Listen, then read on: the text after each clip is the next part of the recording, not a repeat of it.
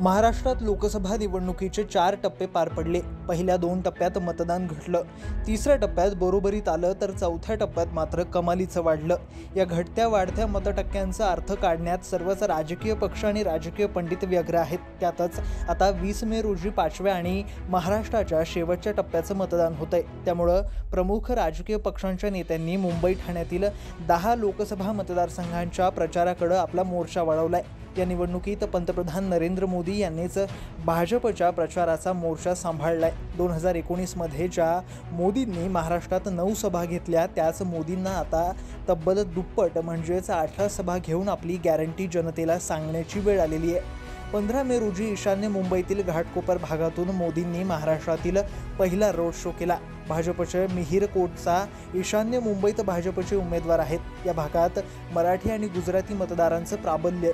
येथील दोन्ही भाषिक उच्च शिक्षित मतदारांना आकर्षित करण्यासाठी पंतप्रधान मोदींनी 45 मिनिटात सुमारे 2.5 किलोमीटर रोड शो करून सर्वांशी संवाद साधला।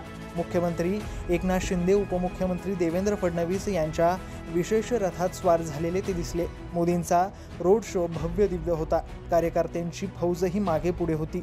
पण खटकण्यासारखी एक गोष्ट दिसली, ती म्हणजे महायुतीच्या 3 घटक पक्षांपैकी एक प्रमुख पक्ष असलेल्या राष्ट्रवादी काँग्रेसचे नेते उपमुख्यमंत्री अजित पवार मात्र मोदींच्या रथावर दिसले नाही। याबाबत आता संपूर्ण महाराष्ट्रात दबक्या आवाजात चर्चा सुरू झालेल्या आहे। राष्ट्रवादी पक्षाकडे याबाबत विचारणा केली असता त्यांनी अजितदादांची तब्येत ठीक नसल्याचं कारण दिलं। मात्र त्यांच्या अनुपस्थितीत त्यांच्या पक्षाचे राष्ट्रीय नेते आणि मोदींचे निकटवर्तीय प्रफुल्ल पटेल यांनीही मोदींच्या रथावर स्थान देण्यात आलेलं नाही।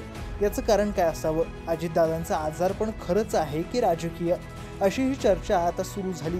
राष्ट्रवादीच्या दुसऱ्या गटाचे अध्यक्ष शरद पवार यांनी पत्रकारांनी विचारणा केली असता त्यांनीही अजित पवार आजारी आहेत एवढंच उत्तर दिलं। मात्र अजितदादांच्या अनुपस्थितीमागे काहीतरी राजकारण असावं असा वास येऊ लागलाय। महायुतीच्या जागा वाटपात भाजप शिंदे सेनेपेक्षा अजितदादांना सर्वात कमी जागा मिळाल्या। भाजपला 28, शिंदे सेनेला 15 तर अजितदादांच्या राष्ट्रवादीला फक्त 5 जागा मिळाल्या। त्यातही परभणीची एक जागा त्यांना राष्ट्रीय समाज पक्षाचे नेते महादेव जानकर यांना द्यावी लागली। याचाच अर्थ महायुतीत अजितदादांचं स्थान बरोबरीचं नसून 3ऱ्या क्रमांकाचं आहे, हे या जागा वाटपातून स्पष्ट झालं। आपल्या पक्षाला 4 जागा मिळाल्या असल्या तरी अजितदादांचं संपूर्ण लक्ष फक्त बारामतीवर होतं। दुसऱ्या टप्प्यात बारामतीची निवडणूक होईपर्यंत दादांनी आपल्या इतर 3 उमेदवारांकडे फारसं लक्षही दिलं नाही। बारामतीची निवडणूक झाल्यानंतर त्यांनी मावळ, शिरूर आणि धाराशिवमध्ये प्रचारात सक्रिय सहभाग घेतला। मात्र आता चौथ्या टप्प्याची निवडणूक झाल्यापासून मात्र दादा गायब झाले। अगदी पंतप्रधान नरेंद्र मोदी यांच्या नाशिक कल्याणमधील सभेत आणि मुंबईतील रोड शोमध्येही ते दिसले नाही। म्हणूनच त्यांच्या गैरहजेरीची आणि आजारपणाची चर्चा सुरू झाली।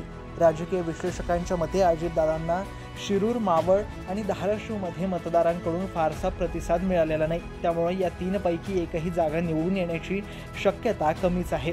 आता त्यांच्या सर्व आशा आहेत त्या बारामती या एकमेव जागेवर। मात्र तिथेही अटीतटीची लढत झाल्यामुळे या मतदारसंघात सुप्रिया सुळे विजय होतील का सुनेत्रा पवार हे छाती ठोकपणे सांगण्याचं धाडस कोणीही करू शकत नाहीये। मतदानाची बूथनिहाय आकडेवारी समोर आल्यानंतर कदाचित पवार काका पुतण्यांना निकालाचा अंदाज आला असेल। कारण वर्षानुवर्ष दोघंही निवडणुकीची व्यवस्थापन करण्यात आणि त्यानंतरचे अंदाज बांधण्यात मास्टर आहेत।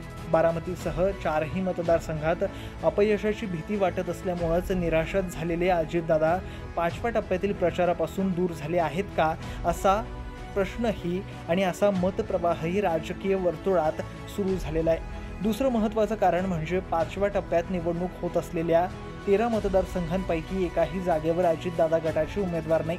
इथे महायुतीकडून फक्त भाजप आणि शिंदे सेनेचे उमेदवार आहेत। परिणामी आपला उमेदवारच नसल्यानं अजितदादांनी आजारपणाचं कारण देत प्रचारापासून दूर राहणं पसंत केल्याची शंका आता व्यक्त केली जाते। अजित पवार जर आजारी असतील तर त्यांच्या जागी राष्ट्रवादीत महत्त्वाचे नेते असलेले माजी केंद्रीय मंत्री प्रफुल्ल पटेल यांना मोदींच्या रोड शोमध्ये स्थान देऊन युतीचा धर्म भाजपनं निभावला का नाही, असाही प्रश्न आता उपस्थित होतो। मात्र पंतप्रधान नरेंद्र मोदी यांना छत्रपती शिवरायांप्रमाणे जिरेटोप घालून आधीच प्रफुल्ल पटेल टीकेचे धनी झालेले आहेत। विरोधकांनी त्यांच्या या कृतीवर टीका केल्यानंतर प्रफुल्ल पटेल सोशल मीडियावरही जास्त ट्रोल झालेत। त्यामुळं त्यांना पुन्हा मोदींच्या बाजूला स्थान देऊन त्या वादाला पुन्हा हवा देण्याचा धोका भाजपला पत्करायचा नव्हता। त्यामुळेच अजितदादांच्या अनुपस्थितीत पटेल यांचाही रोड शोमध्ये सहभाग दिसला नाही।